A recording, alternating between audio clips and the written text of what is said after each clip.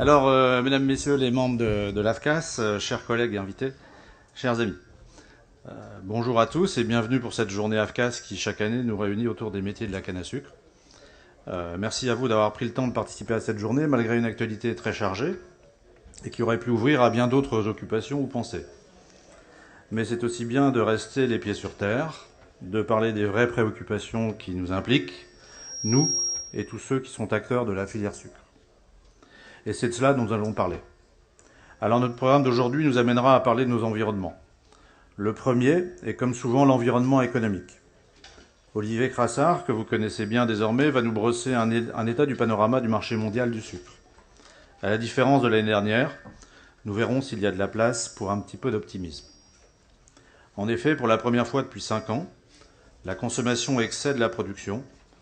Nous nous dirigeons donc vers un déficit dont certains annoncent déjà qu'il sera également suivi d'un nouveau déficit. Est-ce que cela suffira pour renforcer une inversion de tendance déjà entamée il y a quelques mois? Disposons-nous de suffisamment d'éléments pour bâtir quelques scénarios? Les leviers semblent tellement nombreux que l'on se demande comment les fonds de pension arrivent à prendre des positions ou sur quelle base, sachant que la très grande variabilité des monnaies rend encore plus complexes les options. Espérons qu'Olivier Crassard nous donne quelques clés qui faciliteront notre compréhension. Le second environnement que nous aborderons est l'environnement technologique. S'agissant du volet industriel, Alexandre Gauche de la société Fives Sugar Consulting va nous amener dans une problématique identique, même si les leviers sont différents et tout aussi complexes.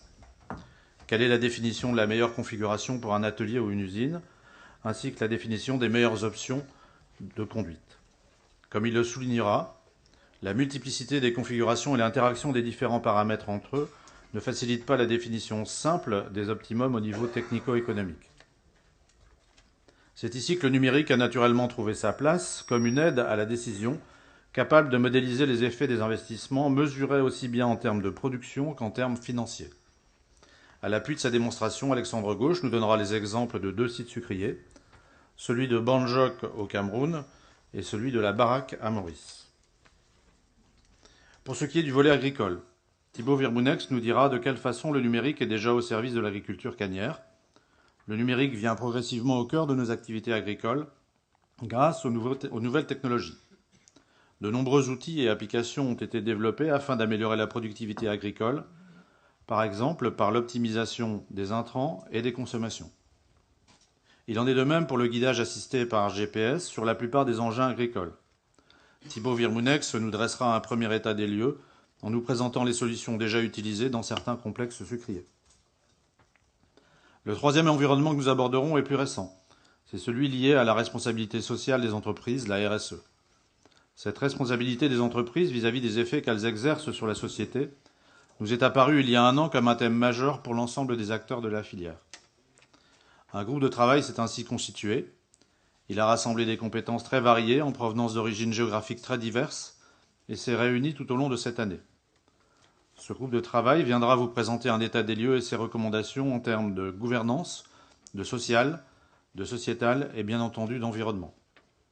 Cet état des lieux et ses recommandations seront reprises dans un livret qui, j'en suis sûr, sera un guide précieux pour l'ensemble des acteurs que vous êtes. Il n'a pas vocation à être exhaustif, il a plutôt pour objet d'ouvrir la voie et d'engager une démarche de progrès. L'équipe qui a participé à ce travail est aujourd'hui présente au complet et elle nous fera sans doute quelques annonces sur le sujet. N'hésitez pas à faire connaître ce livret, nous serons heureux de le diffuser, c'est l'une de ses raisons d'être. Au terme de cette présentation et des échanges qui la suivront, nous reviendrons sur une tradition qui nous est chère, c'est celle du prix de la communication. En effet, comme à la veille de chaque congrès ISSCT, l'AFCAS organise un prix de la communication scientifique afin d'encourager l'esprit d'innovation au sein des filières sucrières francophones. Cette année, il s'agit du 5e prix de la communication et les 2 heureux gagnants se verront remettre par Laurence Ségel et Régis Gobel leur invitation à participer au 29e congrès ISSCT qui se déroulera du 5 au 8 décembre 2016 en Thaïlande. Ce sera alors le moment de laisser la tribune à Hervé Pillot qui nous parlera du numérique comme outil pour repenser l'agriculture. Ces dernières années, nous avions accueilli des intervenants qui nous avaient donné leur vision de l'extérieur. Aujourd'hui, Hervé Pillot nous donnera sa vision de l'intérieur. En effet, c'est d'abord un agriculteur que nous accueillons aujourd'hui. Il est président du groupe Établière, qui se définit comme un groupe responsable, créatif au service des hommes, des métiers et des territoires. Il est également secrétaire général de la Chambre d'agriculture et vice-président de la FDSEA de Vendée.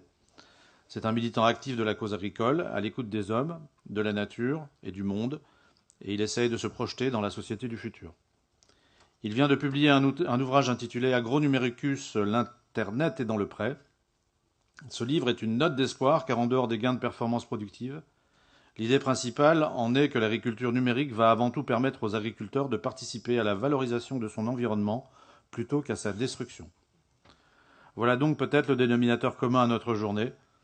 Voilà sûrement quelques clés pour nous permettre de croire que nous serons capables de relever les défis que nous nous sommes souvent contentés de relayer à cette tribune. Nous l'écouterons avec beaucoup d'intérêt. Il se soumettra au jeu des questions au terme de sa présentation qui vous passionnera, j'espère, autant qu'elle m'a passionné. Vous aurez également l'opportunité de le retrouver à l'issue de ses présentations. Il sera heureux de vous dédicacer son livre. Et à ses côtés, vous trouverez également un autre livre, le Dictionnaire du développement durable de Pierre Jacquemot, qui a été bien utile au groupe de travail sur la RSE.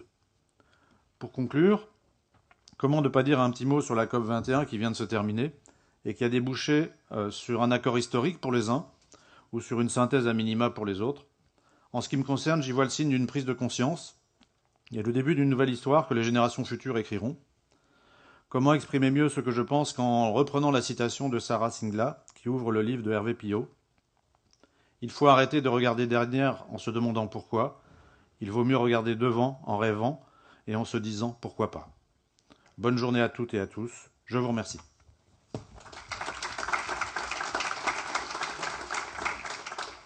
Avant de laisser la parole à Olivier, je voudrais quand même remercier les nombreux sponsors que vous avez sur le programme et que vous retrouverez aussi sur le site internet dans lequel vous retrouverez les captations de la journée assez rapidement et qui est à une nouvelle adresse, c'est l'adresse afcas-asso.org. Donc n'hésitez pas à vous y rendre, vous y êtes les bienvenus.